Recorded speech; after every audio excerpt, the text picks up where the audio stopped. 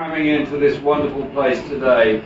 We've obviously already got the Guinness Book of Records and the number of people you can get into a used chapel. It's fantastic to see so many people here, and I want to say a huge thank you to all of the team that put together the day's events as well as this rally this evening, because it is bringing people together from all over Cornwall, indeed from all over the southwest. So Jen and all the team, thank you very, very much. All the volunteers, facilitators, security, food, bar and everything else, because that is what is so very, very important. We're doing a lot of these events all over the country, and I've done many of them. And the discussion that we had today has been absolutely fascinating. Please bear in mind that all the documents that have been sent out and the rules that suggested and the statement and so on are all in draft form. They're all there for discussion, for debate, for amendment, for acceptance, for rejection, for alternatives. The whole point about establishing yourparty.uk is that all those that want to support it get a say in doing so, and we develop a strong party as a result of it. It has taken a long time to get to the position of establishing a new party, and many people have been very generous with their opinions, which they've expressed to me. And people are often very generous in sharing their opinions with me on just about everything, and I'm grateful for that, genuinely so. It did take a long time, and it is taking a long time. I don't apologise for that, because I'd rather we had rallies and meetings like this and events that are happening all over the country all the time, and that will develop a culture of discussion, debate, but above all a determination we're going to work together in the long run. Better spend a bit of time getting it right than rushing into it and getting it wrong, and that way we can work together in the long term for the future, because we've got enormous battles ahead. Look what's happening with reform at the moment. Just think about it. Reform gained seats on Cornwall Council, every other council, indeed they control quite a lot of county councils. Some of their people elected probably were not even aware that they were candidates in that election. And they're probably still not aware they're actually members of the council either. I mean, their incompetence is unbelievable at every authority where they have any participation. But are our mainstream media focusing on that? Is Farage put under scrutiny? Are any of them put under any scrutiny? No, they're getting a free pass every single day. And they've succeeded in turning the national media agenda away from any of the issues that we all face, and somehow or other, miraculously, every single problem anywhere in the whole country is the fault of people coming on boats from Calais. Every single problem, never mind what it is. And the abuse that they heap upon refugees and on migrants in general is then carried out on the street by Tommy Robinson and his mates, who are the other side of the same coin. That's when the violence, the brutality and the hatred and the attacks on asylum seekers and refugees actually takes place. And when the history of this part of the 21st century is written, people are going to say, just imagine in 100 years' time, they're looking at the history of the 20-teens and the 2020s.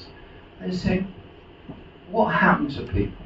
What happened to people that they started hating fellow human beings who were victims of environmental degradation, human rights abuse, war, poverty, economic problems created by the rich and powerful? What happened to people that they allowed the genocide in Gaza to go on daily on television, and none of their governments did anything to stop that? What happened to people and their sense of understanding and humanity of the rest of the world? What happened to people that they allowed global warming to gallop on as it did and cause such devastation?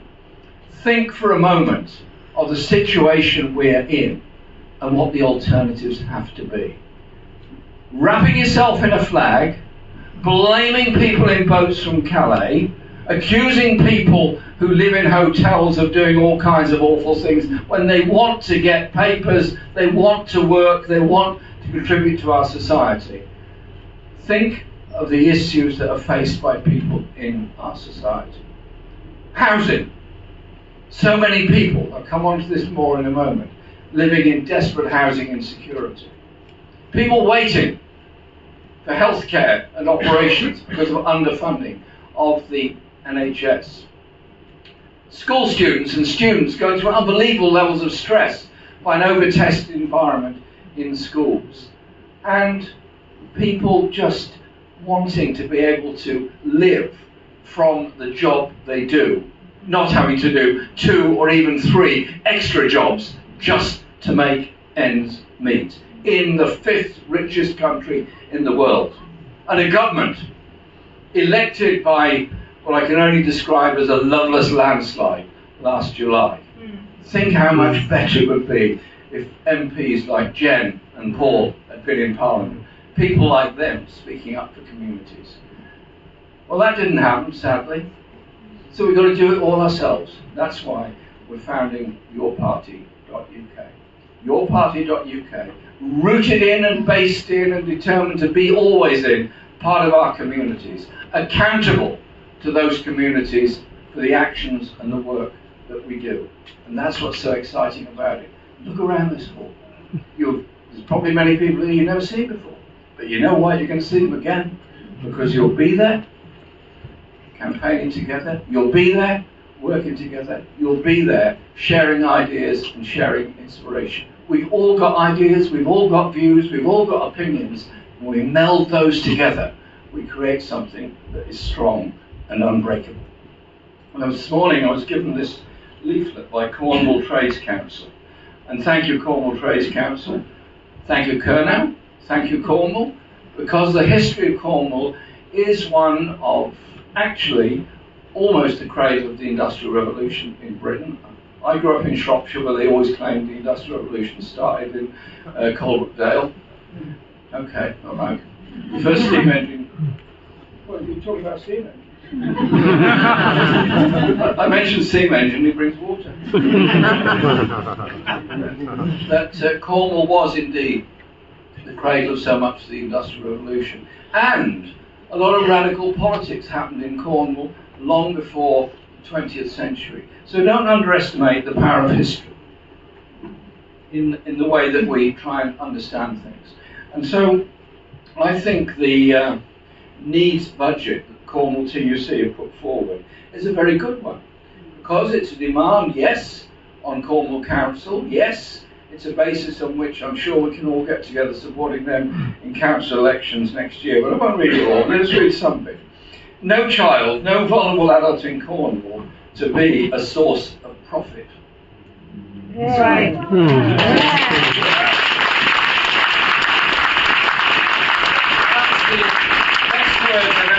Against privatisation of care services and everything else. It's simple, short, one sentence.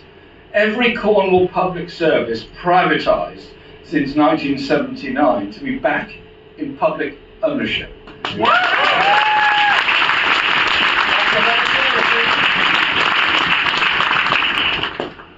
£15 per hour minimum wage for Cornwall Council workers. And I hope they'll add to that any contractors that are employed by Cornwall County Council, building work or anything else, because that is important. Then, this is to me is crucial to housing, an immediate end to right to buy.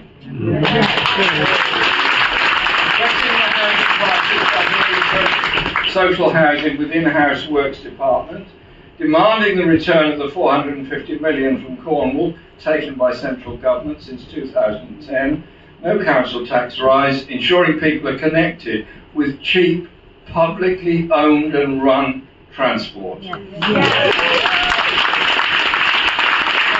homes are heated and work for people with access to health and social services. And you'll get this, there's much more on this, but those are the sort of issues. Put those forward, make those demands, succeed in pushing those demands together at a local level, at the same time putting pressure on government. You change the agenda. You absolutely change the whole agenda.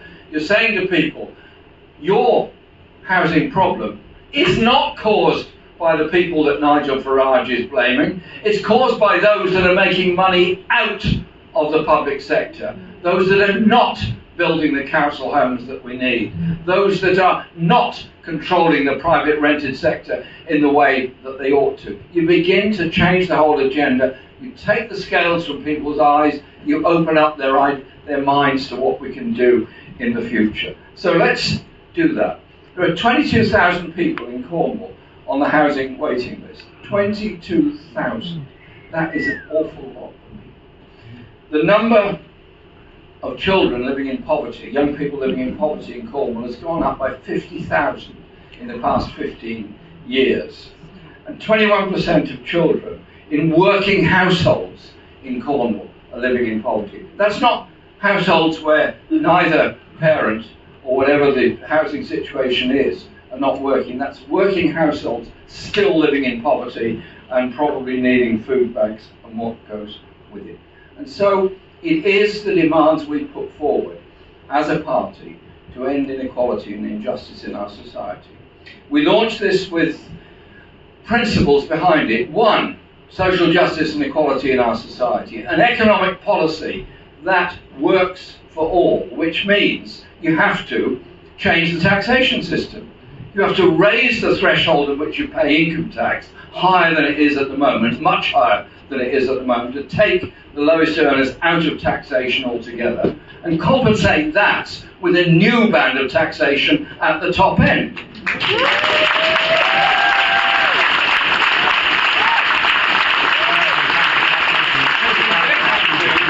Raise corporation tax to the level it was in 2010, 26%, and stop this idea of a race to the bottom of every industrial country which says we'll lower our corporation tax even lower than the neighbour, even lower. Hello?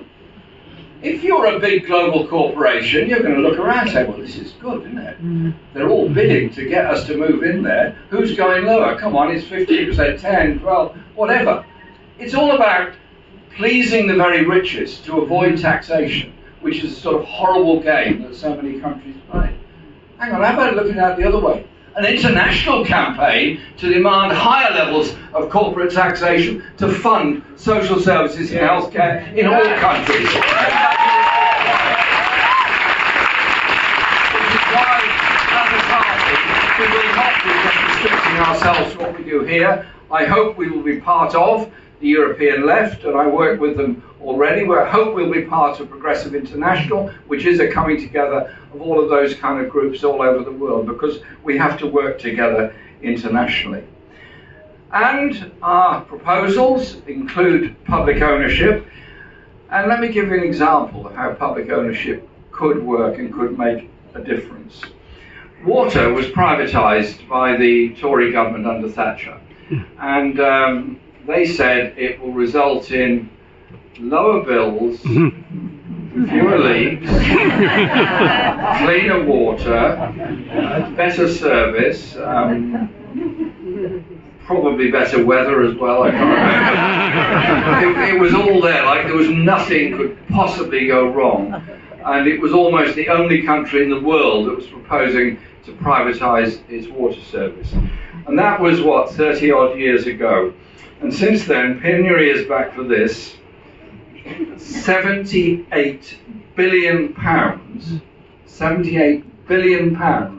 has been paid out by UK privately owned water companies in dividends and profits and executive pay by those companies. £78 billion. You could build an awful lot of reservoirs and an awful lot of pipes, an awful lot of things you could do with that. But what's been the result of privatisation of water? Selling off of the land assets that they inherited from the publicly owned water system. Remember, they were sold the whole industry very cheap anyway. Secondly, there's been massive levels of pollution in rivers and streams all over the country. And obviously, that sewage goes somewhere, always goes into the sea. The southwest obviously has the most coast of anywhere in the country. The pollution caused by the greed of the water companies is unforgivable and utterly disgusting. And when I challenged Steve Reed, who's the Environment Secretary, on why we're not bringing water back in public ownership, He said we're having another form of regulation of the water industry. I said, dear God, we've had 35 years of regulation. We've had 35 years of greed and profits and pollution and destruction of the natural world by the water companies. Grow up. Forget about the regulation. Bring it into public ownership so we can...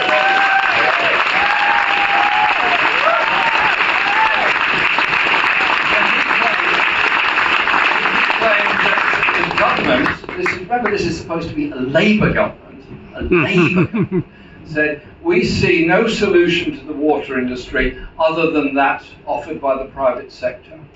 Well, I've got news for him. There is a different way of looking at it.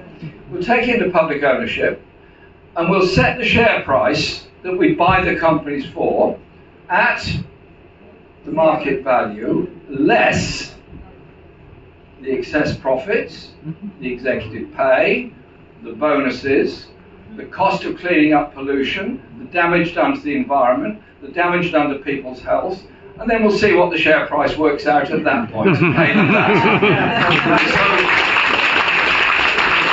we then run the industry by the sort of 1940s style of nationalisation, which was the Prime Minister handing out membership of nationalised industries boards like sort of chocolates at the end of a dinner party or something like that. They probably were, actually. Instead, let's have it democratically run. Let's have the workers involved. Let's have the communities involved. Let's have local businesses involved. Let's have the unions involved. Let's have the Environment Agency involved. Let's have people who care about the community and care about safety and use that as a model of how we can run other publicly owned sectors and publicly owned industries. So there's so much we've got to do as a party. We're into this development phase now, moving up to the conference at the end of this month in Liverpool. But there's much we can do immediately.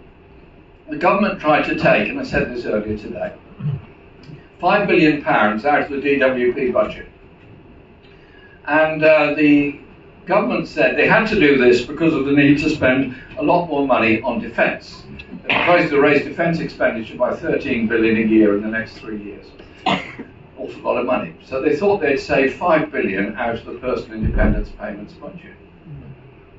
£5 billion, literally. And they would do that by changing the formula by which you can get access to personal independence payments. Anyone that either is in receipt of one, or has a family member that gets it, or has a friend that gets it, will know how hard it is to get the benefit in the first place. It's a horrible miasma you have to go through to get it. So when this was announced, I called a public meeting in my constituency of people on PIP, and we made arrangements, and a lot of people came. And I hardly said anything. I just said, we want to hear from you. So each person that was there spoke about their life, their experience, and what they'd gone through, and the horror story that they would face if PIP was taken away. There were people who couldn't go to the bathroom without help, couldn't dress without help, couldn't cook a simple meal without help, couldn't basically lead a reasonable, independent life. And so what would happen? Take PIP away. Somebody have to give up work in order to care for them. So they would throw the bill onto the rest of the family or the community. People fought back against this, and eventually the government rode back a bit, but they haven't gone away on it. And they set up a review led by the Minister, Stephen Timms, and with civil servants advising him. Well, that's not good enough. I think we, yourparty.uk, we've got an awful lot of members, we've got an awful lot more supporters, many of whom will be in receipt of PIP or in receipt of other benefits. Why don't we set up our own commission made up of those people to examine their lives, their poverty, their issues, and make proposals of how we as a society can, in a civilised, decent, humanitarian way, support people with disabilities in order that they can make the fullest contribution to the rest of our society. We can do that as an alternative and a demonstration of what an engaged, involved, accountable political party can do for everybody else. So let's think about that as just one thing that we can be doing by taking our party forward. I think it would be a very good start. And there's so much more that we can work on. So much more we can work on housing and so much else. I mentioned the levels of housing need across the southwest, particularly in Cornwall, where second homes abound, where Airbnb abounds, at the same time as people are either rough sleeping homeless or sofa surfing or just living in terrible stress in inadequate private rented sector accommodation. And half of the private rented sector in Cornwall is below standard, and that is the highest, I think, in the whole country. And so there's so much campaigning we've got to do. The only way, in reality, out of the housing crisis is by building a lot more council housing. And so the idea that every development site has to have less than 30% what they call social housing or social needs rent levels is simply not acceptable. If as a site comes up, why can't it be 100% council housing on that site?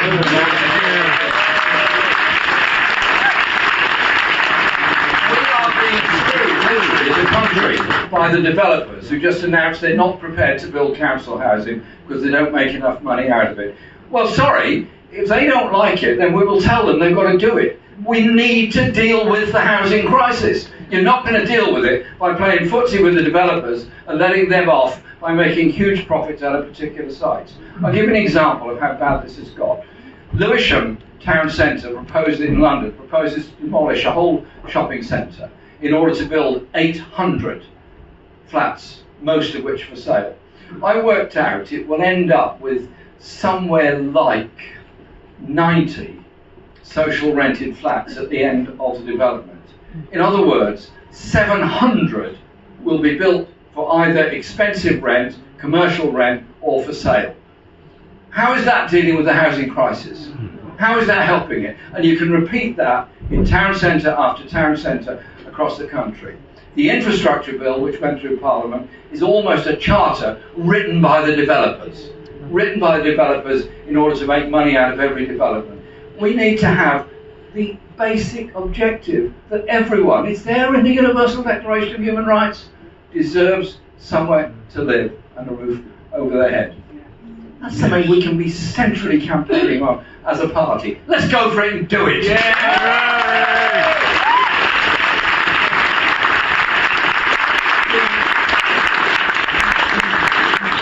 Crisis around the world is of poverty, is of inequality, is of the kind of economic thinking that Jen and Paul described to you, the sort of neoliberal model that was invented and tried out first in Chile in the 1970s under Pinochet, and then tried out in a number of countries and used as a way of economic restructuring in Africa and other continents where it destroyed all the public services, and used in this country by the Thatcher government to devastating effect. To be honest, we're still living with the legacy of that. We're still living with that mentality of monetarist economics and endless diminution of the public realm.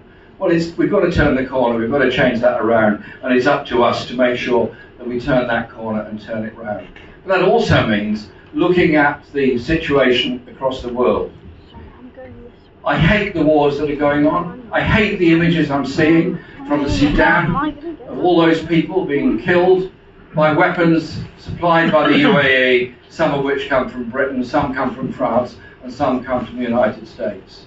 I hate what I see in Ukraine and Russia, with conscripted soldiers killing each other across a line. There has to be a ceasefire, there has to be a peace that means something to the people of both of those countries. And I loathe what I'm seeing in Palestine, having been there 9 times in my life, seeing the destruction of Gaza, seeing the way in which the Zionist ideology has taken over in somehow or other, saying that the Palestinian people have no right to live in Gaza, no right to live on the West Bank, and no right to return if they're in the refugee camps in Lebanon, Syria, or Jordan. And so our solidarity has to be with the people of Palestine. Their right to live, their right to and it is just utter disgust that I look at the record of successive British governments on this. We demanded an end to the arms sales. They pretended that they were having no effect. It didn't matter. British arms sales were very small. And then we dug into it more and more, And through the Peace and Justice Project, we held the Gaza Tribunal in September. We had 2 days of 29 witness statements, very detailed witness statements, very expert witnesses about the effects of the bombs, about the effects on healthcare in Gaza, about the mental health effects on children in Gaza seeing their entire families killed, and about the way in which Britain had deceived people over the use of Royal Air Force bases in Cyprus for the overflying of Cyprus, and the continued supply to the component chain of the F-35 jets by Britain, 15% of all of those parts. And ministers said to me, well, we don't know which part goes in which plane, so we can't not supply because they would affect the supply chain elsewhere. Dear God, but do they really expect us to believe this nonsense? They make those parts for those planes. They know full well where they go. They know full well where those planes go. And they know full well that those planes have contributed to the death of 60,000 known deaths in Gaza already. And goodness knows how many more are under the rubble. I support the ICJ. I support the ICC. And we need all the evidence that's been collected by British overflying of Gaza to be provided to the prosecutors there to deal with the war criminals.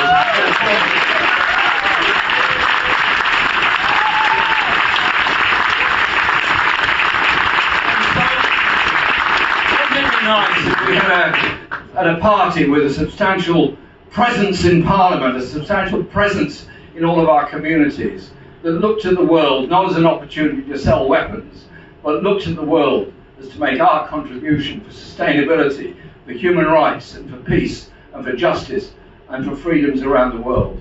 I mean, a party that was determined our children are brought up not to learn a history which is one in part of oppression, but instead to be brought up in an idea and a society where there is actually genuine understanding, respect, and care for each other, and the empowerment they get from understanding how our social changes came about, how we got our National Health Service, how women got the right to vote, how we got disability discrimination, how we got Human Rights Act, how we achieved all those things, how the black people in the United States managed to override the Jim Crow laws and get a big change in the 1950s under Martin Luther King and so many others.